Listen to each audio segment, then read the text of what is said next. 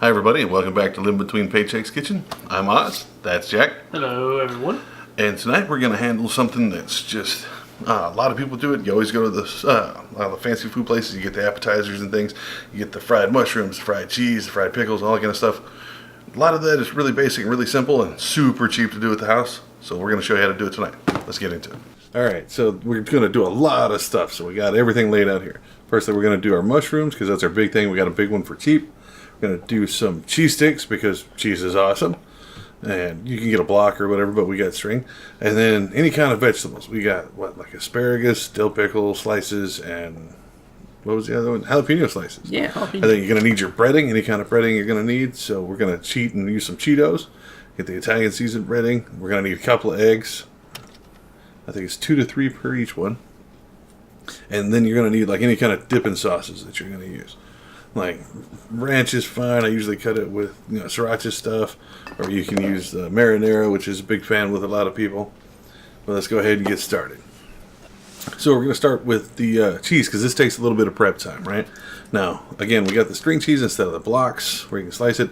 Now it's going to take a lot more stuff. Now that you're going to need 2 to 3 eggs again, and then we're going to use oil for cooking, obviously, because it's going to be fried. Flour, you're only going to need a little bit.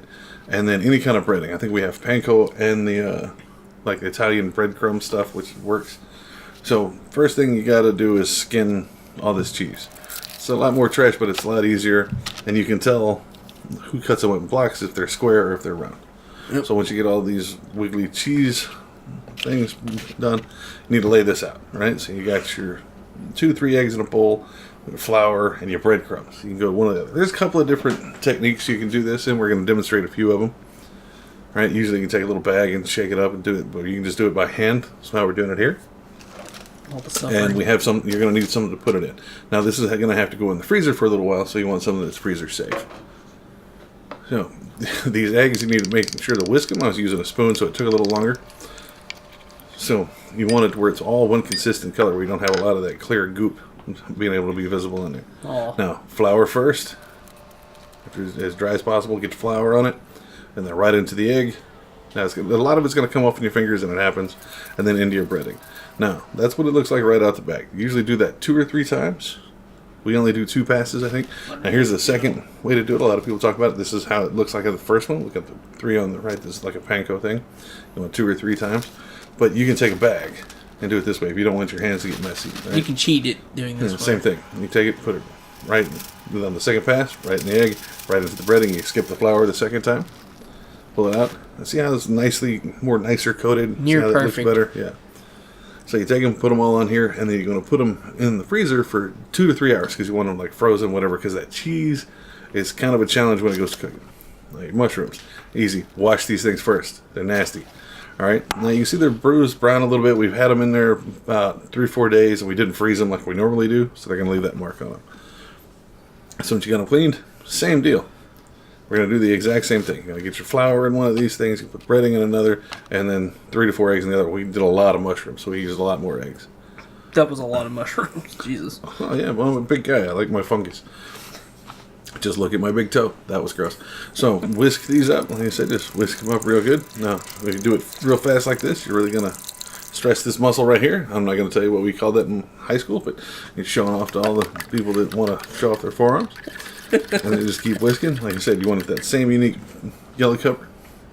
Then just right into the flour, roll it around into the egg. And it's going to get goopy and it's going to be gross. And if you don't like eggs, like I don't like eggs, and the consistency of them make Jack want to throw up on your foot. Horrible. That is horrible. Put it in there. And again, this is our first pass, so it's going to have spots on the splotches where every time you grab it, where the stuff's going to slough off. Do it 2 or 3 times again. Again, we only did 2 passes on it. And then you take them. And then these we put in the fridge as well. It wasn't required like the cheese, but it just kept them fresh while we're doing all the rest of this stuff. Now, the asparagus and all this kind of stuff, it takes a little something different. You got to dry it off. So get your paper towel, and then just take them and lay them out, and you're going to pat them dry. Now, the asparagus, like I said, it's already mostly cooked from being bottled and jammed up in there. So just take that thing, just pat it all down. Yeah. If you don't dry it, the breading might not stick right. Oh yeah, it gets all wet and goopy and is bad enough with the egg and stuff. So again, flour, egg, breading. Jalapenos, same thing. Lay them out. You want to pat them dry. Super easy. This is a big thing in Texas. I didn't know that other states did the fried jalapenos. Like I thought that was like uniquely us. Did you know the jalapenos are actually fruits, not vegetables? I know a lot of people that are like that. What? What? So you take the jalapenos and you put like flour, egg, and then right into the breading. Make sure they're coated. Now these we only did one pass on because you didn't want that much of it because there's such a small piece of actual, I guess it's fruit instead of vegetable is what I'm trying to say here. Because you corrected me. That's one pass because you don't want it all breading. Now the pickles we're going to try something different. Right? You can get those big long plank ones or you can cut up your own or whatever, the thicker the better, whatever. But we're going to do a different breading here. We're going to do the Cheetos and then the flaming hot Chipotle Ranch ones. I've heard a lot about these, so we're going to try it, but you got to crush this up. So once you get them all laid out here, once you argue them out of the bag, you got to smash it. You just got to drop the elbow on them. Just however you can get it in there, just find stuff and smash it. You got a hammer nearby, just beat the living hell out of it. Just call it dirty names. Get a ball gag for it, whatever. But smash it. Aha! And then get you a rolling pin. And just smash that crap out of it. Yeah. I didn't know we had one of these. Now make sure there's always a little gap in your bag or it's going to blow the hell out. You're just going to have Cheetos all over your house. I mean, I have Cheetos dust mostly all over my room anyway.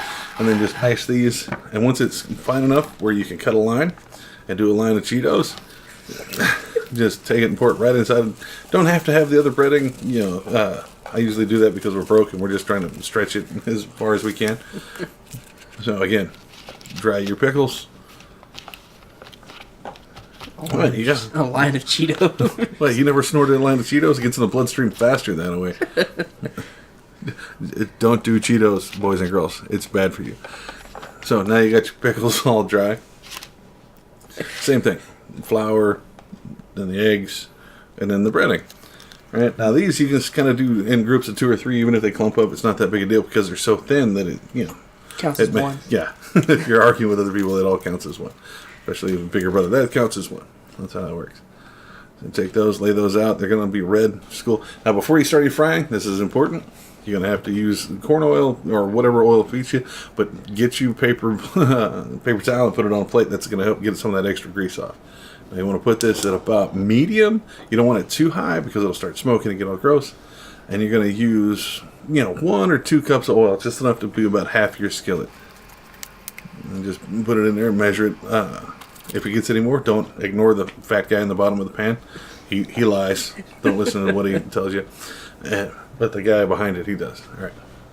So once it's been heating up for about a minute or two, you can take a piece of spare breading or whatever, throw it in and see if it starts cooking. That's what we did there.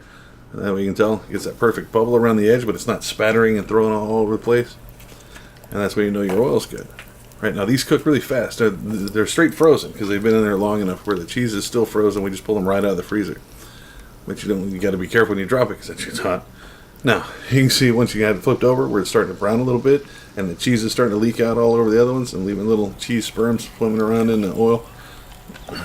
And they start exploding like a hot dog in the thing and they just cheese cocky all over each other. And you got to pull them out. Now, see this little cheesy sperm thing floating around in there? Just don't let it sit in there. It'll burn. It'll be horrible. Now, don't put it in your hand. I almost screwed up right there and just cheesy napalmed my palm, which would have been horrible. And then this is the jalapenos, right? Yeah, we just took the jalapenos and just brushed them all in here. Apparently, we scared the soul out of 1 or 2 of them when we got finished. Make sure they're not all clumped up and cooking on top of each other. That will push one on the bottom and cook it harder than the rest of it, and the rest of it will kind of clump up, and the inside won't get as cooked. Now, again, when you start flipping them over, you see that they're browning. You can do them where they're darker brown and like a lot crispier. I'm not a big fan of that. I'm not a fan of the overly crunchy stuff. Anybody who knows me will tell you that. But so I lightly fry mine to where it's like this light brown color here. It's a lot darker than when it went in, but it's still very, very light. Now, the asparagus. What's the plural for asparagus? Asparaguses. Asparaguses? Asparagus? Asparagus, yeah. So you take the asparagus. That's weird as fuck. What is the plural? Maybe it's just asparagus. Asparagus. Asparagus. That's asparagus. But again, these are already cooked. You just want to kind of crisp out the outside of it, and so you let it sit in there. Again, if it's getting too hot, if the oil is starting to smoke, turn it down. Just the fine bubble around there is good. You start seeing the browning on the edges. That's when I go ahead and pull those out.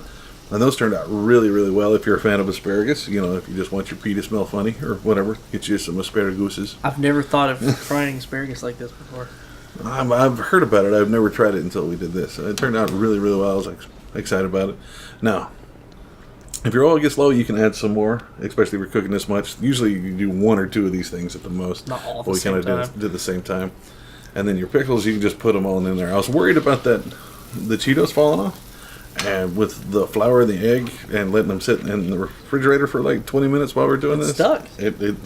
None of it broke off. It actually cooked up really well. It looks really angry though. I think each one of these, I think the mushrooms took like 4 minutes to cook and all the rest were like 2 and 3 minutes. They cooked really, really fast and it surprised me.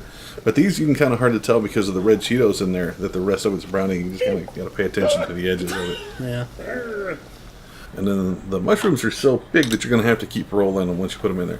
Now be careful when you're dropping them in here because that's hot and it burns the crap out of your thumb. Very hot. Now these, when you're rolling around, you can start seeing them brown. If you've been cooking other stuff, the breading on the bottom sticks and it makes it look like it's cooking more. But you got to turn those around, just look all over them, make sure they're brown. All the way through. And then you got it through. Like each one of those, I think the most was like $5 because we had to buy like a big bottle of marinara stuff. Yeah, that was like $1.20. And it's fed 4 people so far, and a lot more than that. And it turned out really great. If you want to try some of this, I want to keep some of that breading and try that Cheeto stuff. And that jalapeno right there looks like page 30 from Scary Stories to Tell in the Dark. Come at me. All right, so there we have it. There's a bunch of fried foods. You can do anything like we were talking about. We've got like dipping sauces and stuff you can use, like any kind of ranch, marinara. I usually take ranch, cut it with sriracha or hot sauce. It's great. I love it. So you can catch us on YouTube Tuesdays and Fridays, or over on Instagram at Living Between, or on Facebook at Living Between Paychecks Kitchen. And we also have a Patreon. You can check us out over there if you like what we're doing. You want to contribute and help us out a little bit. We very much appreciate it. Shout out to all our patrons that we have now. Thank you very much, and we'll see you next time.